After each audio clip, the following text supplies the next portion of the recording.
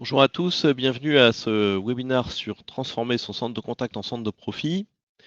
Je vous propose de laisser quelques petites minutes aux retardataires pour nous rejoindre et puis on va démarrer.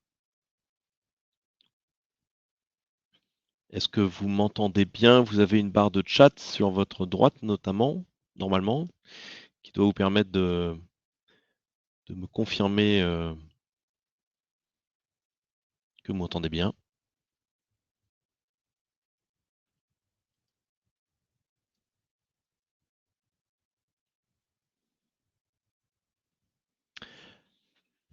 Parfait, merci Julien, merci Cédric.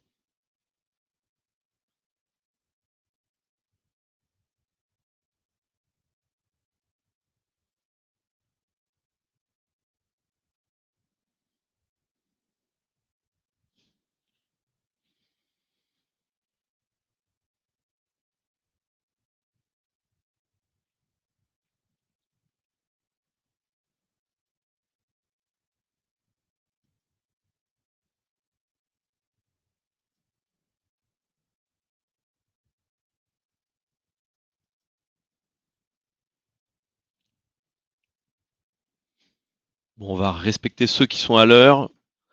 Je vous demande juste un tout petit peu de patience, hein. On se donne encore 20 secondes pour les derniers retardataires et puis on démarre.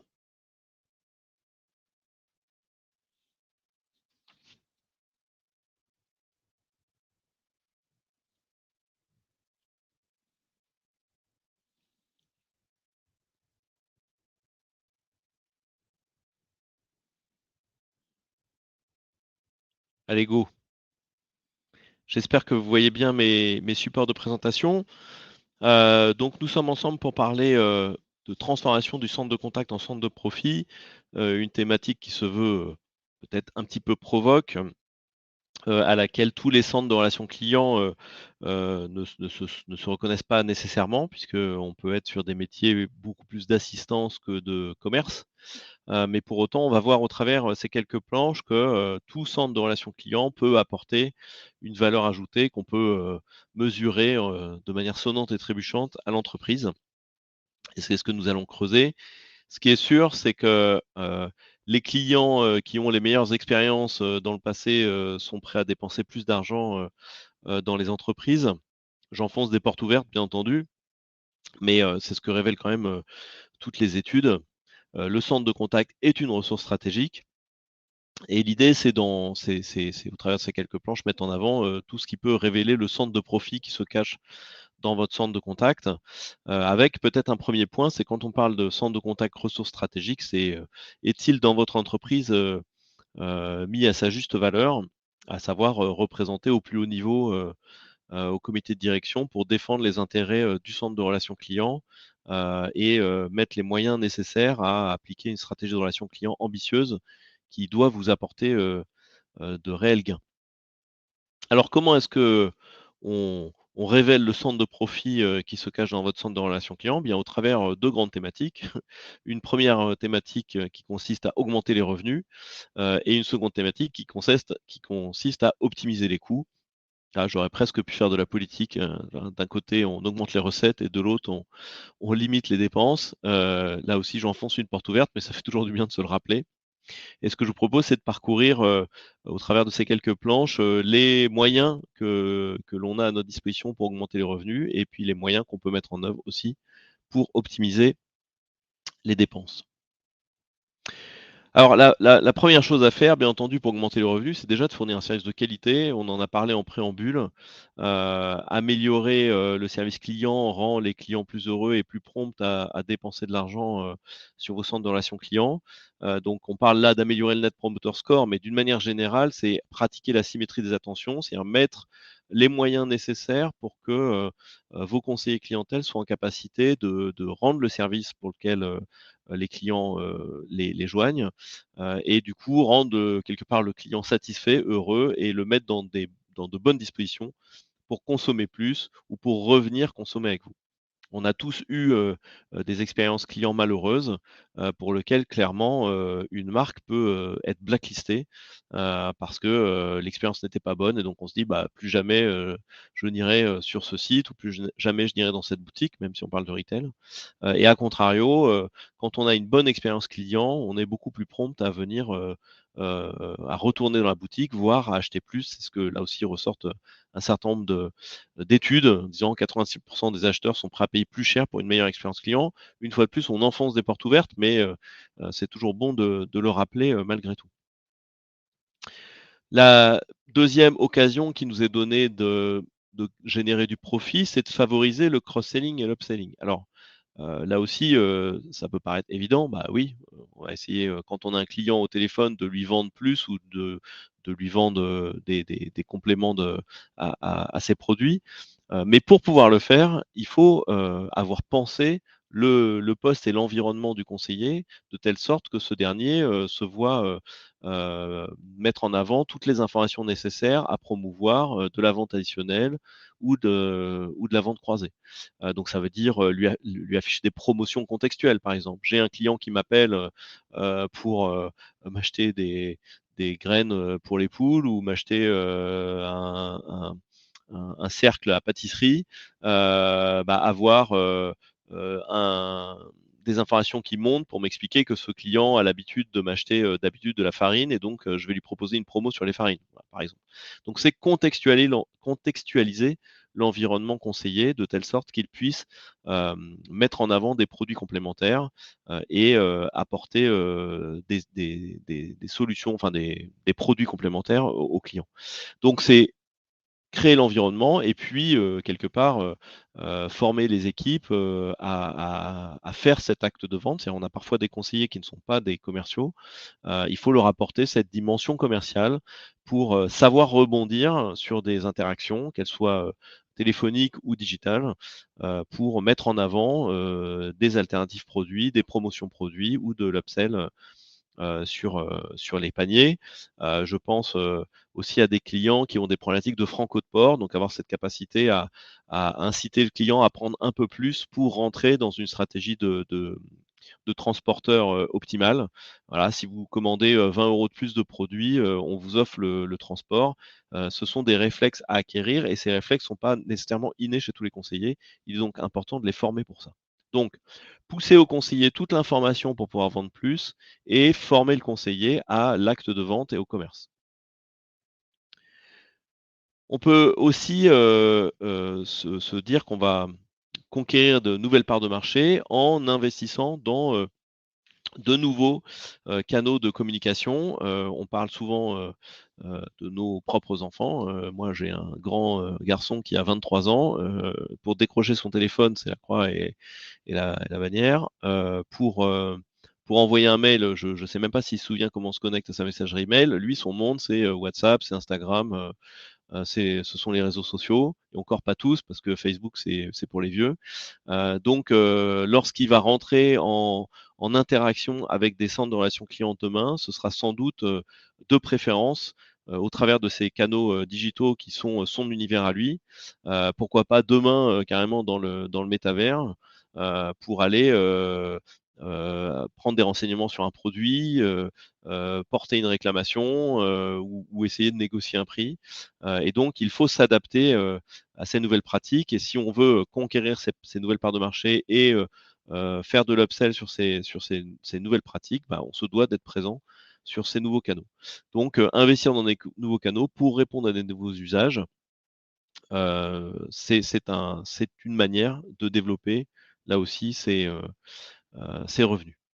Heu, un autre aspect, qui n'est pas toujours, pris en considération puisqu'il fait appel à une dimension un peu stratégique, c'est, la monétisation des services. On peut, segmenter les flux, qu'on propose à nos clients et quelque part, valoriser le service. Alors, je vais parler, là de de moyens qui peuvent paraître, un peu, vieille école comme, les numéros spéciaux par exemple, des numéros payants. Mais malgré tout, ça reste, un moyen de valoriser un service spécifique. Ça peut être, des numéros, juste, légèrement payants comme les 0820 qui permettent d'amortir une partie des infrastructures qu'on met en place. Et puis ça peut être des numéros beaucoup plus, «chers» entre guillemets, des 0892, des 0899 avec derrière un réel service. Je pense à un client, qui vend des pièces auto, dans le domaine de des voitures de collection. J'ai commandé ma pièce auto, je comprends pas trop comment on monte, j'ai une porte qui arrive chez moi, une porte de 2 chevaux, faut que je la monte. Je sais pas trop comment on fait. Bah, un des moyens de valoriser un service, c'est de dire, bah, vous pouvez appeler le 0899, 119 119 et vous êtes mis en relation avec un technicien qui vous bascule vers un système de visio, assistance, pour vous aider à monter votre porte. Bon, voilà un exemple de service valorisé au travers d'un numéro, payant. Ça peut être aussi bien sûr, je vais sur un site web et je mets mon numéro de carte bleue pour être mis en relation en visio avec un conseiller qui va m'aider à m'assister à distance pour, régler des problèmes. Aujourd'hui, la prise en main à distance, par visio assistance est devenue vraiment, un moyen, simple à déployer, pas très onéreux et on peut, comme ça, créer toutes sortes de nouveaux services à valeur ajoutée, d'assistance à nos clients, pour les aider à utiliser convenablement un produit ou à diagnostiquer un problème ou, à faire un choix entre plusieurs, produits, par exemple. On peut aussi, bien entendu, créer des programmes de fidélité, premium qui, nécessitent un abonnement et qu'on va distribuer de manière prioritaire et privilégiée dans notre stratégie de distribution. Donc pour cela, il faut avoir des outils qui permettent de préqualifier les flux et de segmenter les flux, et derrière de dire: «Bah, c'est un client, Platinium, je le fais passer devant tout le monde et je l'envoie vers mes 3 conseillers, les plus expérimentés. C'est un client, standard, bah, je vais le traiter évidemment le mieux possible, mais il attendra peut-être un peu plus parce qu'il ne sera pas prioritaire dans ma distribution. Donc, ce sont des services qu'on peut évidemment choisir ou non de, de monétiser. On peut choisir, de les monétiser parce que ça nous rapporte un peu de sous ou on peut juste, segmenter notre clientèle pour pouvoir mieux la servir, et justement appliquer derrière une stratégie de cross-selling, upselling, liée à nos clients. Un client premium, je vais lui proposer des meilleures promotions qu'un client, standard. Voilà par exemple. Donc voilà pour cette partie, augmentation des revenus qui est notre, 1re partie. Donc si je vous, résume, ce qu'on a vu sur cette partie augmentation, c'est, améliorer la qualité de service, c'est-à-dire travailler sur le poste du conseiller pour qu'il puisse travailler dans de bonnes conditions et apporter un service premium à tous ses clients. C'est favoriser le cross-selling et l'upselling en lui poussant des informations pour qu'il puisse, mettre la bonne promotion au bon moment et en formant le conseiller pour qu'il sache faire, cet acte de vente. C'est monétiser, les services en proposant des services premium ou des services payants et puis, conquérir de nouvelles parts de marché en mettant en place des moyens, des nouveaux canaux de communication pour optimiser, enfin pour atteindre voilà, une nouvelle typologie de clientèle ou, maximiser les chances d'être, mis en relation avec un client potentiel. On voit bien qu'au travers de on va dire toutes ces bonnes pratiques, on a un enjeu clé qui est le conseiller, son environnement de travail et sa formation, qui sont, pour nous, Telsy, des enjeux vraiment stratégiques dans un centre de relations clients et qui sont parfois un petit peu sous-estimés, sous-dimensionnés, justement parce que le centre de contact est vu, comme un simple, centre de coût et pas comme un réel centre de profit et donc les investissements ont souvent tendance à être limités. On investit beaucoup sur la supervision, on investit sur les statistiques, on investit sur la technologie, mais on oublie d'investir sur l'essentiel qui est l'environnement de travail du conseiller pour lui faciliter la tâche et lui apporter, du confort et quelque part un sens à son travail, de manière à favoriser la symétrie des intentions et l'acte de vente. Donc, bien prendre en considération cet aspect poste du conseiller pour, maximiser, nos chances, d'augmenter les revenus. Alors l'autre, grand domaine évidemment, qui permet de révéler la partie, profit, c'est d'optimiser les coûts de mon centre de relations clients. Heu, un centre de relations clients, ce sont, des ressources humaines, à 70 en moyenne et des investissements autour, des locaux, du matériel, informatique, du matériel télécom, des moyens digitaux, pour, gérer les interactions de mes clients. Et donc, le poids des ressources humaines, est très, très important. Évidemment, tout ce qu'on peut mettre en œuvre comme moyen pour faciliter la vie, une fois de plus, de ces ressources humaines, va nous permettre d'augmenter le ROI et donc la productivité de nos équipes et donc d'augmenter les profits de notre centre de relations clients. Donc, on peut bien entendu, dans un premier temps, optimiser les ressources et les temps de travail. On constate, nous, au travers de nos missions d'accompagnement, de conseil, que l'analyse de la typologie des flux, des statistiques liées aux flux est souvent sous-évaluée, sous-analysée, et on a quelque part un déséquilibre dans l'organisation des équipes. Je peux prendre l'exemple d'équipes qui font de l'appel entrant et de l'appel sortant avec des flux mélangés et qui donc perdent de l'efficacité sur leurs opérations de téléprospection qui pourtant devraient être priorisées puisque ce sont ces activités qui rapportent de l'argent. Les questions qu'on peut se poser, c'est est-ce que je fais de la téléprospection au bon moment? Quel est le taux de joignabilité optimal pour augmenter mon panier moyen ou mon taux de transformation? Dans mes flux entrants, est-ce que j'ai suffisamment de monde au moment où les gens m'appellent pour consommer quelque part? Évidemment, si à un instant T, j'ai 1000 acheteurs potentiels et que j'ai la capacité d'en prendre que 200, bah, je perds du chiffre d'affaires. Donc quelque part, quand on parle d'optimiser, les coûts, c'est aussi optimiser les ressources humaines mises à disposition de mes clients pour pouvoir maximiser mes ventes. Donc, optimiser les ressources et le temps de travail, ça veut dire quoi? Ça veut dire automatiser la distribution des interactions, donc savoir pourquoi est-ce que mes clients m'appellent, savoir donc quelles sont ce qu'on appelle les intentions de contact, les prioriser et derrière pouvoir les distribuer vers mes conseillers. C'est déployer des outils. Alors, ça pas nécessairement des outils au sens j'achète vraiment un produit qui peut être surdimensionné par rapport à la taille de mon plateau, mais en tous les cas, mettre en œuvre des moyens pour évaluer et planifier les ressources nécessaires pour traiter mes interactions. Donc, c'est ce qu'on appelle le workforce management.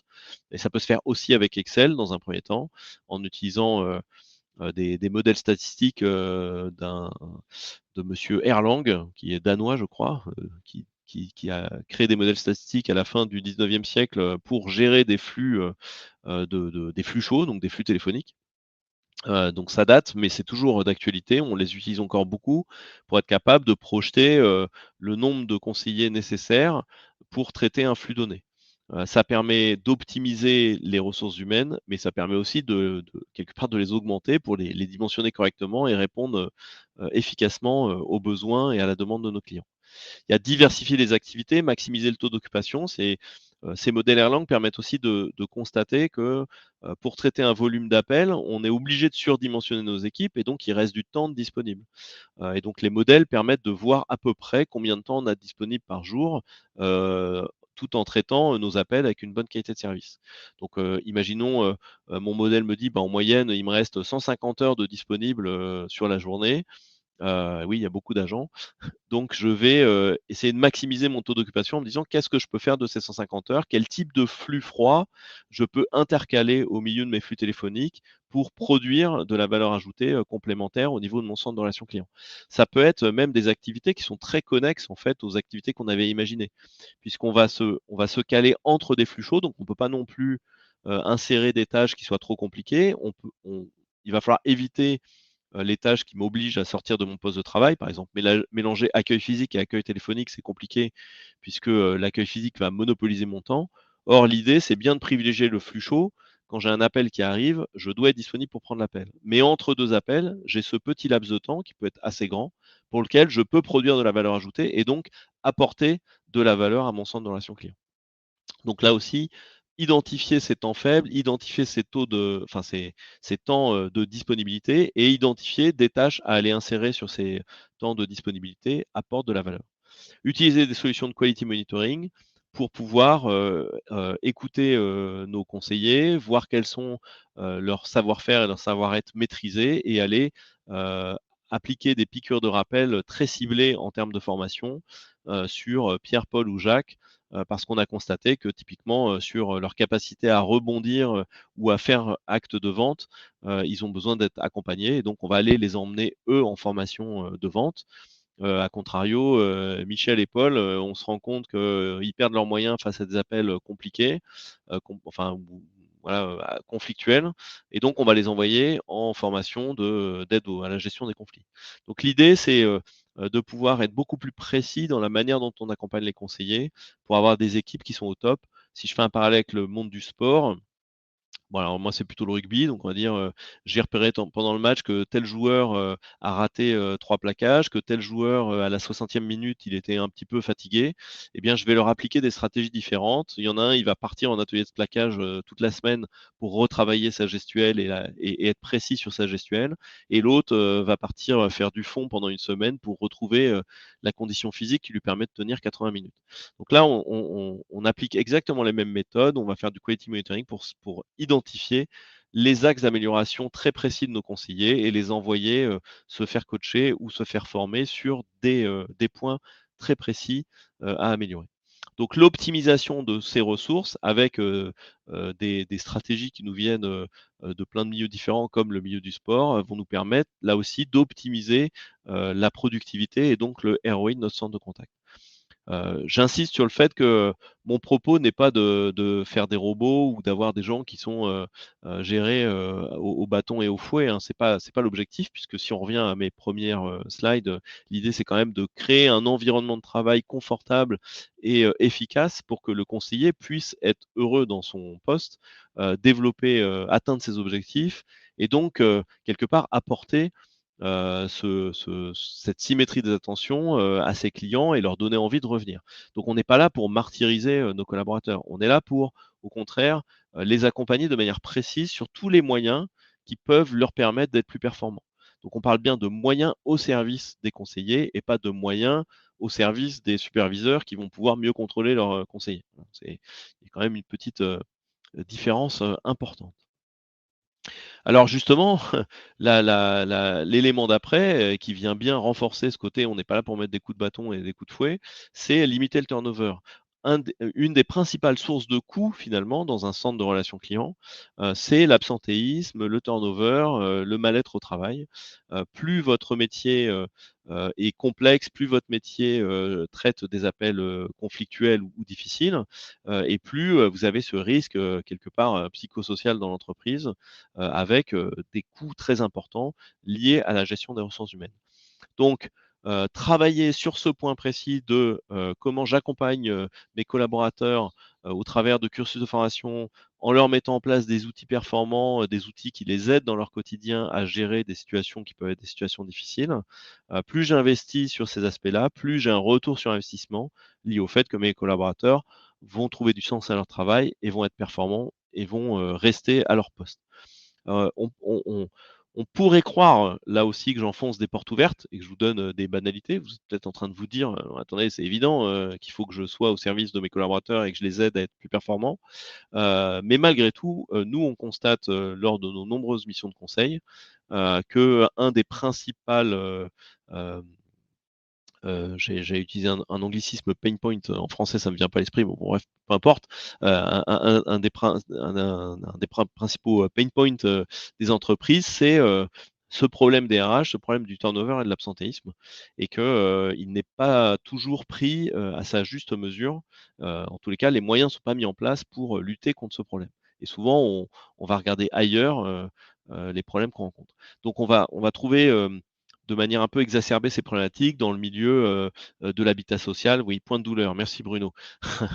Donc ces points de douleur, ils vont être un petit peu exacerbés sur tout ce qui est, par exemple, centre de relations clients dans le domaine de l'habitat social, dans le domaine, de la relation usager, mais ça peut être aussi dans des cellules de service client de vente à distance, parce que, vous pouvez avoir des problèmes de transport, vous pouvez avoir des problèmes de logistique. En ce moment, il y a très certainement beaucoup de problèmes, de logistique qui amènent les clients à appeler en étant agacés, et donc à se montrer, agressifs, impatients, enfin tout ce qu'on peut connaître, dans la relation humaine, qui plus est en ce moment.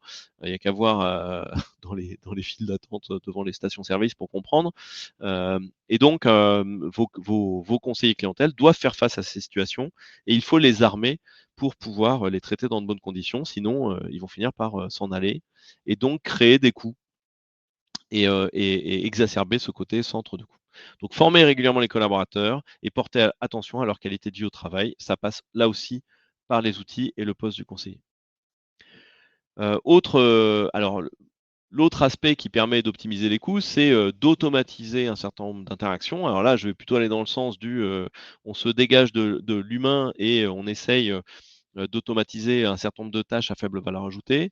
L'objectif, c'est certainement pas de remplacer l'humain. Enfin, en tous les cas, moi, ma conviction, c'est qu'on n'est pas là pour, piquer le boulot, des êtres humains. On est là, comme pour la robotisation, dans les usines, a priori pour, rendre plus facile certaines tâches à faible valeur ajoutée ou des tâches automatisables ou des tâches pour lesquelles on n'a pas le temps matériellement. Il n'y a pas de ROI si on y met des humains derrière.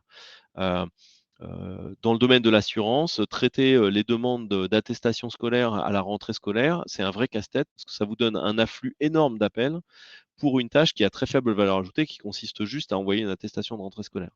Ça a été, dans le domaine de l'assurance, une des premières tâches qui a été automatisée par des callbots en disant: «De toute façon, on ne peut pas faire correctement». Donc si on veut répondre à la demande de nos clients, faire en sorte que nos clients soient satisfaits et surtout, heu garder de la disponibilité pour traiter les autres appels qui, eux, peuvent être des appels de vente, des appels à forte valeur ajoutée, économique, il faut, libérer, tout ce flux d'appels et l'automatiser au maximum. Donc quelque part, on identifie des flux pour lesquels on ne sait pas être bon ou pour lesquels on ne veut pas mettre, nos ressources humaines derrière parce qu'on veut les laisser disponibles pour traiter d'autres appels à plus forte valeur ajoutée et on essaye de les automatiser au maximum. Donc ça peut être automatisé au travers de serveurs vocaux interactifs, taper 1, taper 2, hein, tout simplement. Ça peut être du chatbot, ça peut être du voicebot, ça peut être toute technologie qui permet de différer un flux, enfin de détourner un flux, pour en privilégier un autre. Donc si je reviens, à mes slides précédents sur la priorisation des flux, bah, là on voit bien que quelque part, je pourrais dire, si j'ai un client, standard qui m'appelle pour, un suivi de colis, je vais plutôt essayer d'automatiser, ce flux, pour pouvoir privilégier d'autres flux comme par exemple le client premium, pour qui je vais avoir, un conseiller qui va être, aux petits soins et qui va lui, prendre l'appel pour, même pour un traitement de suivi de colis, mais surtout je vais rendre disponibles mes conseillers pour pouvoir, traiter des commandes, faire de l'upsell, faire de l'appel sortant et pas, perdre du temps à, dire, «Le colis se trouve actuellement au centre de tri, de votre ville», alors que cette info est déjà présente sur internet et que cette info pourrait être restituée automatiquement. On n'a aucune valeur ajoutée, de plus à apporter. Donc digitaliser les services, ça fait bien entendu aussi partie de la stratégie. Je donnais l'exemple du transporteur. Aujourd'hui, la plupart des sites marchands permettent de suivre, les colis de manière digitale. Encore faut-il avoir une information précise, parce que, j'ai encore eu le cas moi il y a quelques jours, d'un colis, posé devant ma porte. J'avais même pas reçu de SMS, j'avais reçu aucune notification pour me dire que le colis était en cours de livraison. Il avait juste été posé, devant ma porte, n'importe qui aurait pu le piquer, ce qui n'apporte pas une satisfaction, géniale. J'aurais préféré quand même être prévenu. Une fois qu'on a rendu nos clients plus autonomes, c'est-à-dire qu'en quelque part, on a automatisé un certain nombre de process, et mis à disposition ces automatismes, auprès de nos clients, on peut aussi rendre nos agents plus autonomes en essayant d'automatiser un certain nombre de parcours, clients de leur côté à eux.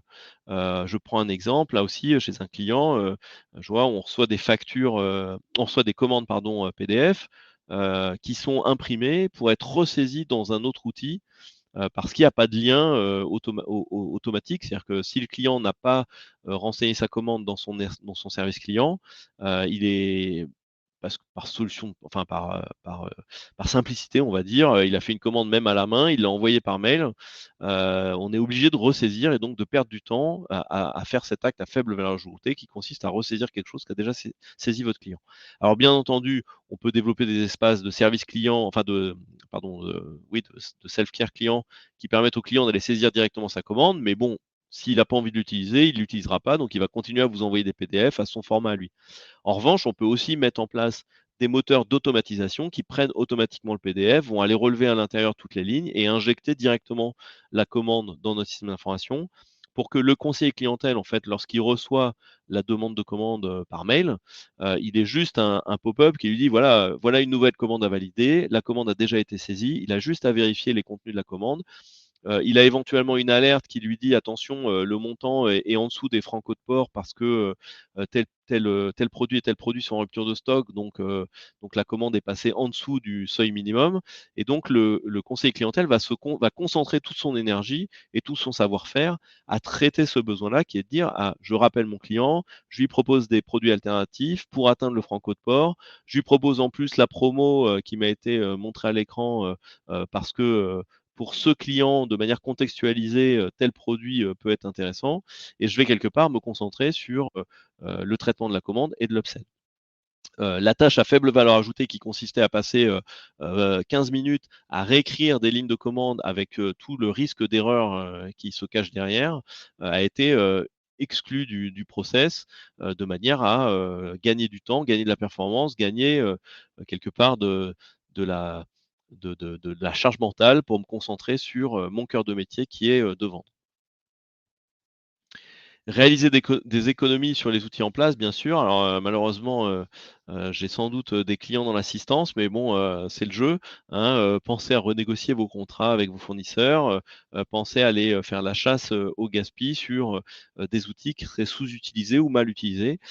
Parfois, il faut aussi, savoir, reculer pour mieux sauter ou, quelque part, investir, sur, on parlait tout à l'heure de diversifier ses canaux de communication, d'automatiser, des tâches à faible valeur ajoutée. Réaliser des économies sur les outils en place, c'est aussi, savoir investir pour, atteindre un ROI, sur des tâches à faible valeur ajoutée. Bon, là aussi, j'enfonce un peu des portes ouvertes. Ça fait pas de mal de le rappeler, même si, ça donne de mauvaises idées à nos clients. Et puis, alors ce slide, je crois qu'il existait, dans notre, présentation, bien avant les 2-3 années qu'on vient de de subir, mais, anticiper les risques pour s'en prémunir. Pendant très longtemps, pour convaincre mes clients de passer au cloud, je devais, leur mettre en avant, le risque si un jour on a une pandémie de grippe, ou une, tempête de neige. Bon, bah, voilà, il me reste encore l'argument de la tempête de neige. Je crois que je peux encore le mettre en avant pour essayer de convaincre, de penser les infrastructures de telle sorte que vos collaborateurs puissent travailler de chez eux ou de n'importe où, dans le monde, dans de bonnes conditions. Est-il encore, besoin d'insister sur ce point? Mais malgré tout, on peut toujours anticiper toutes sortes de choses, d'un aspect sécurité informatique, sur un aspect, accès à l'information, de partout, sur un aspect, mettre à disposition les bons outils, les bons moyens pour pouvoir, Heu excusez-moi, mon slide a bougé tout seul. Pour pouvoir, heu, mettre le conseiller dans de bonnes conditions pour traiter les interactions, où qu'il soit, de chez lui ou du bureau ou d'un espace de coworking, pourquoi pas demain. Voilà. Là aussi, c'est du bon sens, mais ça peut être sous-identifié, sous-exploité, dans le cadre de la construction de notre centre de relations clients. J'ai fait le tour, de mes différents, sujets, à analyser et à travailler pour optimiser, enfin pour transformer son centre de relations clients en centre de profit, ou en tous les cas tendre au maximum vers, le profit plutôt que le coût. En tous les cas, montrer à votre direction, qu'on a bien une démarche, de valorisation de l'activité et pas de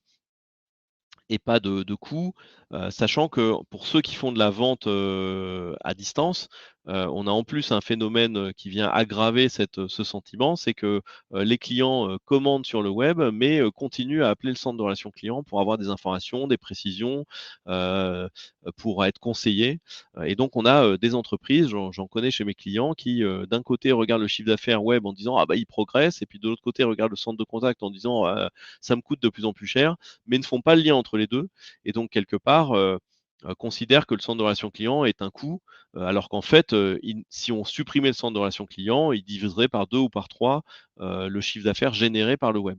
Tout simplement parce qu'avant d'acheter, avant de valider sa commande, le client a été mis en relation avec le centre de relations clients. Donc ça fait partie aussi des choses qu'il faut consolider pour être capable d'identifier, quelle est la contribution du centre de relations clients au gain de l'entreprise, quel que soit le canal de vente, que ce soit, des commerciaux terrain, de la vente à distance, du web. Réussir à avoir cette vision 360 pour valoriser le travail qui est fait au niveau du centre de relations clients. Donc comment choisir et procéder?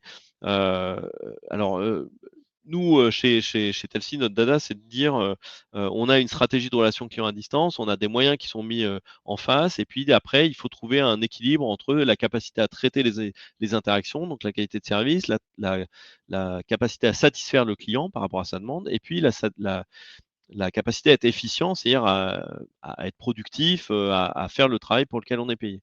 La notion d'efficience étant peut-être la notion la plus importante sur la valorisation du ROI et des profits qu'on dégage pour l'entreprise.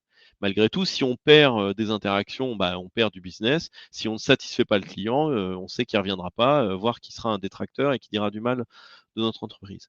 Donc, se pencher sur l'organisation du centre de relations clients, identifier l'ensemble des moyens mis en place pour définir la stratégie de relations clients, heu, mesurer la qualité de service des différentes intentions de contact, mesurer la satisfaction client des différentes intentions de contact, mesurer l'efficience globale du centre de relations client, les points sur lesquels on gagne de l'argent, les points sur lesquels on risque d'en perdre. On parlait de la problématique RH par exemple tout à l'heure. Donc identifier tous ces points nous permet de prendre les bonnes décisions et de définir des chantiers stratégiques pour se dire ah, oh là, j'ai identifié que j'avais un risque. Finalement, je me rends compte que l'absentéisme me coûte 3 ETP par an.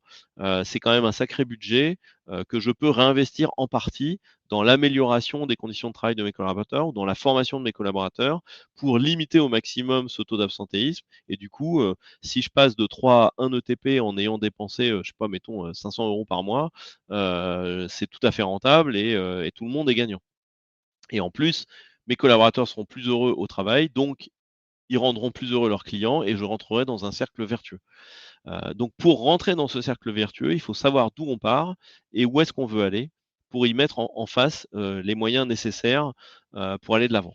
Donc nous, on a appelé ça, une analyse de maturité qui permet, de se poser tout un ensemble de questions, sur, est-ce que ma stratégie est claire? Est-ce qu'elle est bien, présentée? Est-ce que tout le monde est au courant de la stratégie? Est-ce que je mesure des indicateurs de qualité de service? Lesquels? Est-ce que je mesure, le taux de traitement au premier contact? Est-ce que je mets en corrélation, mes paniers enfin mon chiffre d'affaires généré avec le centre de contact? Et cetera, et cetera. Donc tout un ensemble d'indicateurs qui permettent d'identifier où en est, mon centre de relations clients, où est-ce qu'il produit de la valeur ajoutée, où est-ce qu'il, perd, quelque part, de la valeur ajoutée et donc qui génère des coûts, et comment est-ce que je peux, aller de l'avant et optimiser tout ce fonctionnement pour aller, le plus loin possible, dans la performance et l'amélioration de des profits générés directs et indirects pour mon entreprise. Donc c'est un travail que vous pouvez faire de votre côté ou c'est un travail que vous pouvez évidemment choisir d'externaliser, auprès de cabinets de conseil comme Telsy. On sera un plaisir de vous accompagner sur ce type de mission qui consiste à aller regarder pour vous, les différents, points de douleur, merci Bruno, sur lesquels on peut agir, concrètement sur, des gains rapides. J'ai pas dit quick win, vous noterez. Donc, des gains rapides pour transformer, des petites choses qui peuvent être améliorées tout de suite et puis des projets sur du un peu plus moyen ou long terme, sur notamment l'automatisation des process, la modernisation des parcours clients pour lequel il y a souvent des travaux pardon, des projets d'un petit peu plus, long terme, qui permettent d'atteindre vraiment, une performance optimale et d'aller chercher, des points de profit et de ROI. Je vous ai déjà un peu parlé de nous, c'est pas l'objet de ce webinaire. Ce que je vous propose, c'est de passer éventuellement, à des questions si vous en avez ou des remarques. Vous pouvez agir sur le chat. Hem, J'aurais dû vous dire d'ailleurs au début qu'à tout moment, vous pouvez évidemment agir ou poser des questions.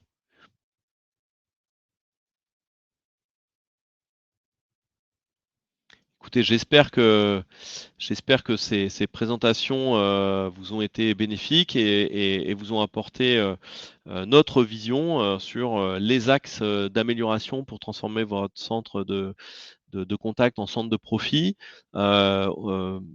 pas mal de conseils, issus du bon sens, mais malgré tout intéressants à remettre en avant. Heu tout ce qu'on a mis en avant là est réalisable, hein. Il y a pas de révolution, inatteignable.